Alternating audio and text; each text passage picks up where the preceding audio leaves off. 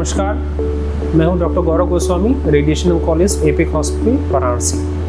आज हम बात करने वाले हैं FFF टेक्नोलॉजी के बारे में। ये जो हमारी नई मशीन इंस्टॉल हुई है वर्सा HD, ये लेटेस्ट इनकी नई जनरेशन की है। इसमें एक स्पेसिफिक टेक्नोलॉजी है जिसे हम कहते हैं FFF का मतलब होता है फ्लैटनिंग फ्री फिल्टर। तो इसका मतलब क्या होता है?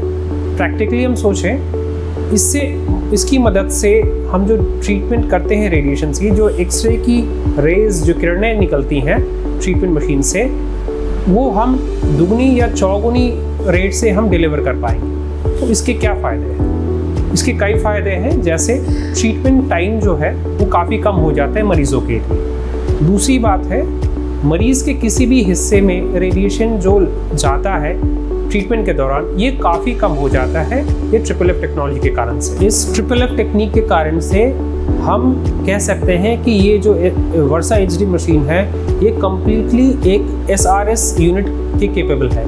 SRS करने का मतलब है कि छोटे ट्यूमर्स को ट्रीटमेंट करना। तो ये जो छोटे ट्यूमर्स हैं, इनको हम एक्यूरेटली और विथ हाई डेफिनेशन हम टारगेट कर सकते हैं।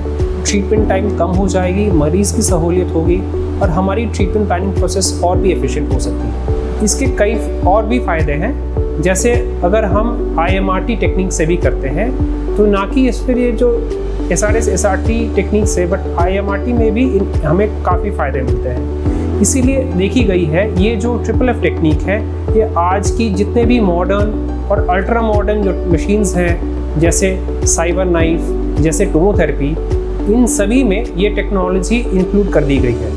इस टेक्निक से ना ही मरीज़ को, लेकिन हमें भी काफ़ी मदद मिलती है, क्योंकि इससे ट्रीटमेंट का प्रिसिशन, इसकी ट्रीटमेंट की एक्यूरेसी बढ़ जाती है, जिस कारण से मशीन को हम लोग अब वर्सा HD यानी हाई डेफिनेशन ट्रीटमेंट के लिए हम लोग तैयार कर चुके हैं। नमस्कार।